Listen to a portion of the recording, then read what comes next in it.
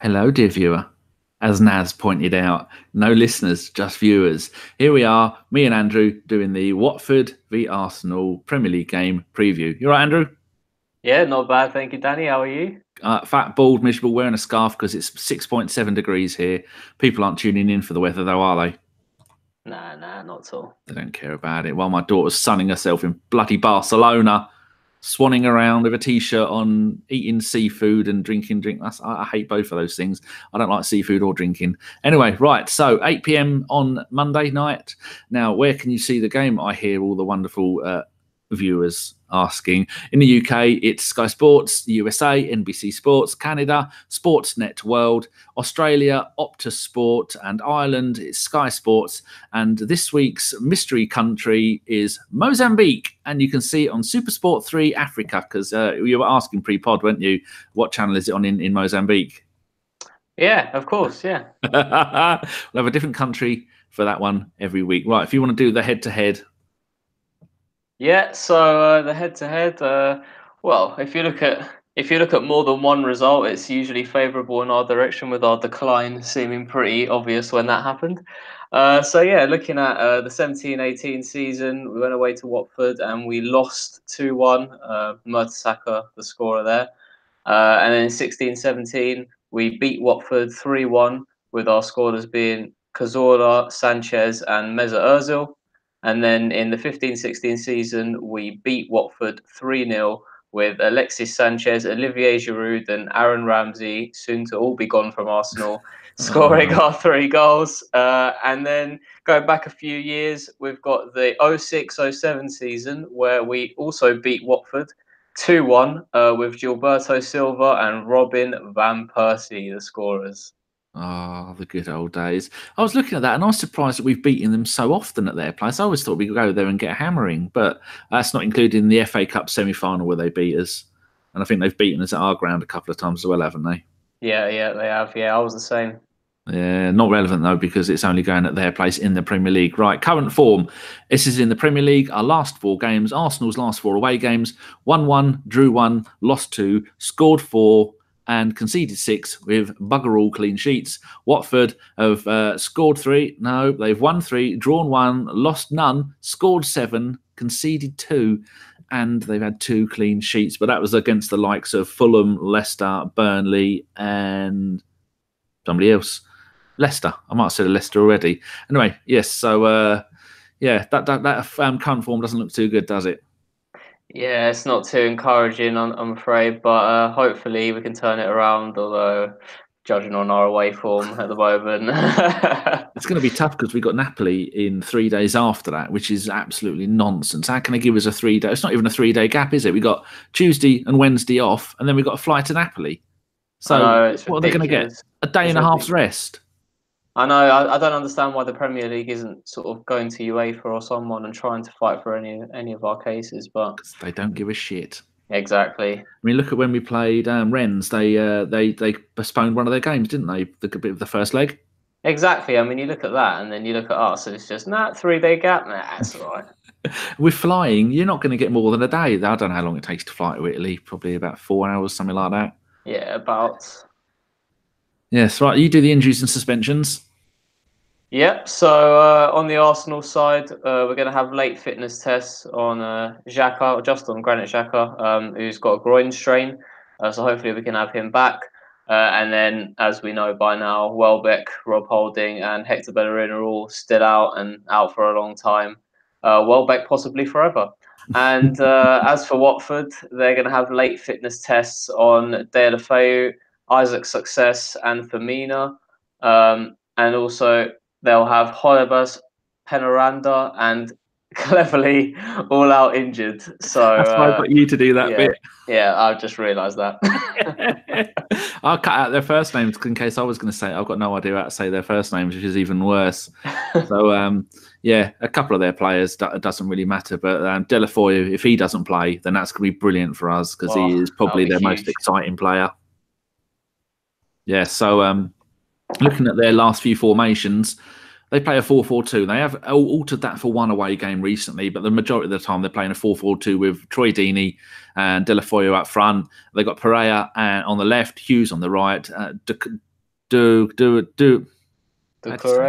Doucouré, thank you, and Capoue in the middle. Foster is their number one keeper for all of the league games, and their back four. I was going to try and keep a note of their back four, but they've changed some of them around quite a few times. I don't know if it's injuries or suspensions, but there was no way that you could get any kind of continuity with all of their defenders as a back four, so I didn't bother putting it in there. Right, Watford players to look out for. You do that bit.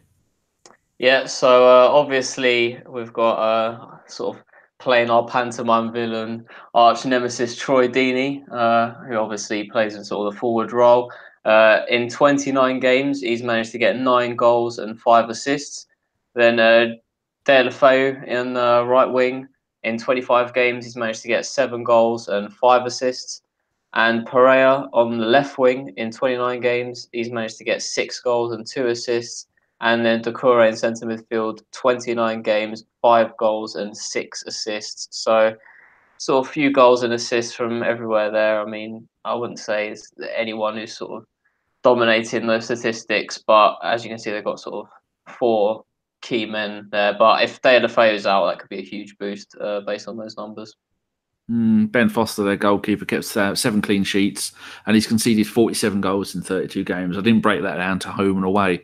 So, what sort of tactics do you think we're going to go for, and what sort of players are we going to be using? Considering we've got a League Cup, the Europa League game, are we going to be knee high in El Nenis? That's what I need to know. It may have to be. I mean, I've definitely noticed. Firstly, well, I think you have to look at 2 things here. Firstly, if you look at the team we played against Napoli, you know, you had sort of the back 5 of Kolasinac and Monreal and Socrates and Koscielny. Obviously, we won't have Socrates due to the 10 yellow cards he's picked up, so he won't be there. But we went with sort of that new attacking lineup that Emery sort of seemed to discover recently, of playing all of Ramsey, Ozil, Lacazette, Aubameyang all together. Whereas, you know, obviously with the fact that we've just done that a few days ago, probably going to see some change up there. I reckon there might be a slight change in the formation. And the other thing to look at, the second thing to look at is with our away games, he seems to, I mean, it hasn't really worked up to this point, so I don't know if he'll change it now, but he seemed to go with the system of just having the one striker, Lacazette up top, say, with Iwobi and Mkhitaryan on the wings.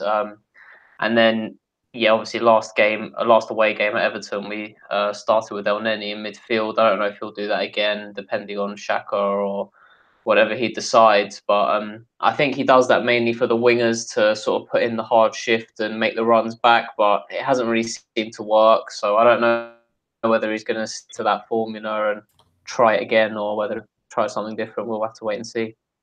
I think the most important thing is that we cannot play Guendouzi and El Neni in a central midfield. Now, I don't know about the Doucouré and Capoue. Are they big hard bastards? Because if they are, then we're going to have to play someone of a similar caliber against a pair of them, aren't we? Well, yeah, exactly. I mean, these away games, you know, the key to these a lot of the time, or with the big games, is to win the midfield battle. And you know, we know Watford in the past are able to just bully us off the ball and, you know, bully us into submission a lot of times. So we're going to need to have a strong midfield in there, people who are willing to you know, put up a fight and get a bit physical with the Watford midfielders. I'm going to look here. Bloody hell! One of them 6'1" and the other one's 6'2". So that's going to be worrying. Versus Torreira. Yeah. A lot will depend on whether, I don't suppose he's going to change his formation and tactics just on whether Deulofeu is going to play.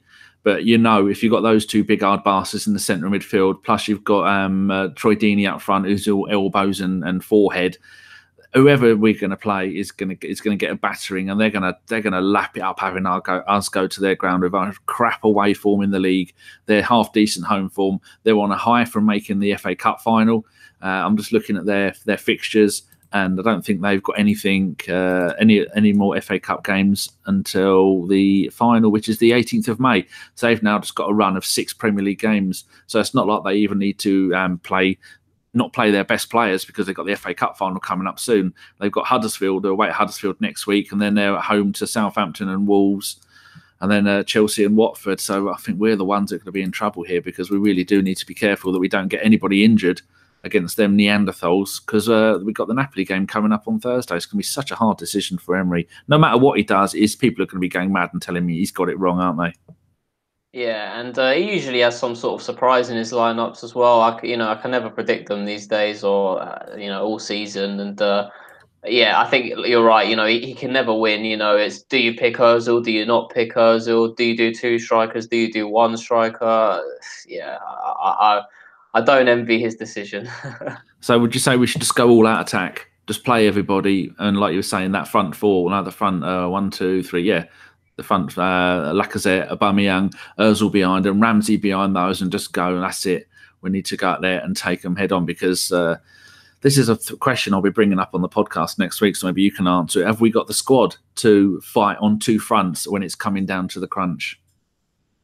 I mean, it's a really good question, to be honest, because I think if you look at, say, that attacking formation that he goes with usually at home, and then you look at that other formation that I touched on before that he's been going with away, I think if they both worked effectively, then yes, we probably would, because you could just switch it up with Iwobi and Mkhitaryan and Ozil and Ramsey, etc. But the fact that one seems to be working and one doesn't, he might be forced into certain decisions of playing a player twice, three times in the space of 7 days just because we need him playing, or we're going to lose the game. So I think it's a very difficult one, really. I mean, if you look at sort of the second string, if you like, with the likes of El Neni and stuff, El Neni's not going to win you a Europa League.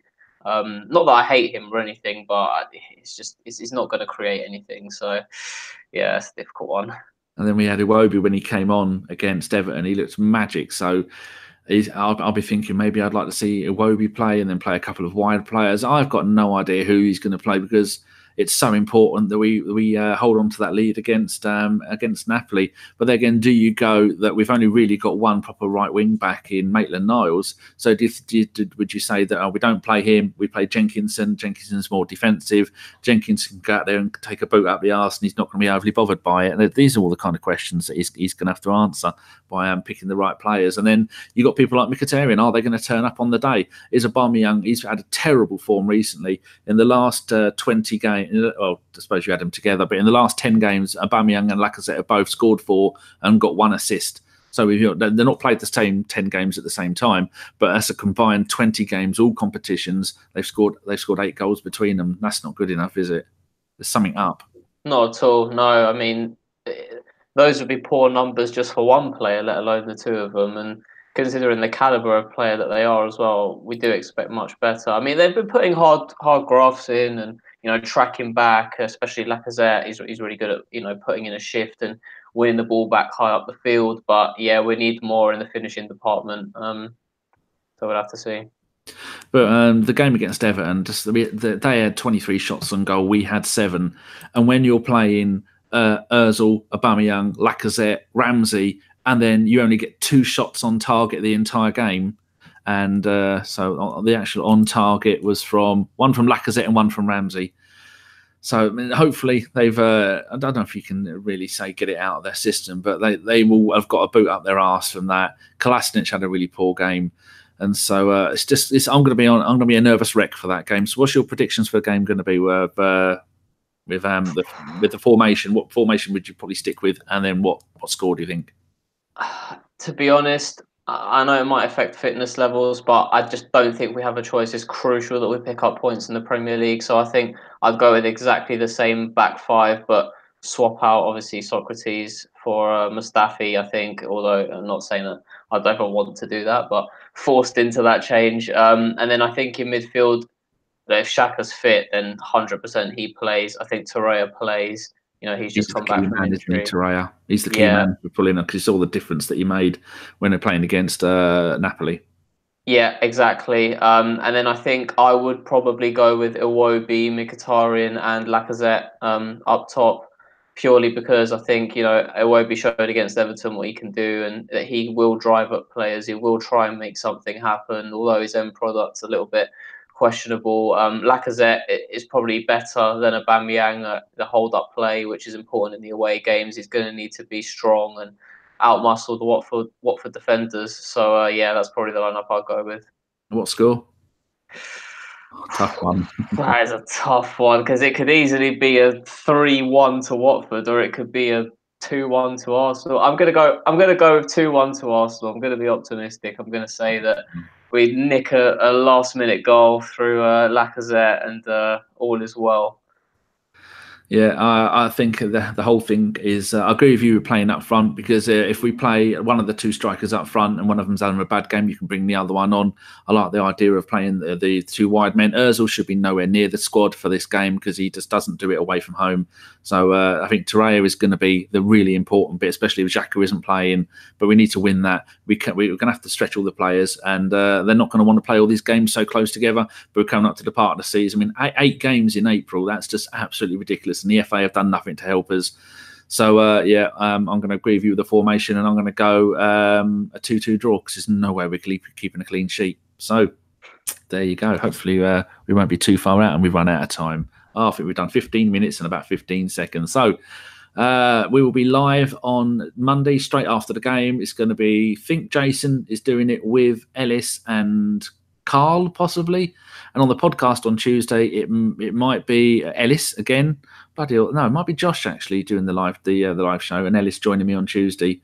And Carl said he's free, and there's a few others are free. We haven't made any minds up yet because I don't know why. I'm just terrible. Right, Andrew, thank you very much for joining us. I'm going to shut up now before this ends up being half an hour of me talking. All we need now is my cat to jump up and show everyone her ass. Stay there, Dora. Thank you very much for joining us. No problem. Always happy to. And hopefully, please, that we don't lose, because if we lose and all those other teams around us have won, we're going to have to chuck all of our Easter eggs in the Europa League basket. Right, I'm going to go now. Goodbye, dear viewer. As Naz said, it's a viewer. It's not a listener. Unless you are only listening. You turned your back. You can't even listen to it. Watch it. Right, bye-bye. I'm gibbering now. It's a very, very poor show. Sorry. Very sorry.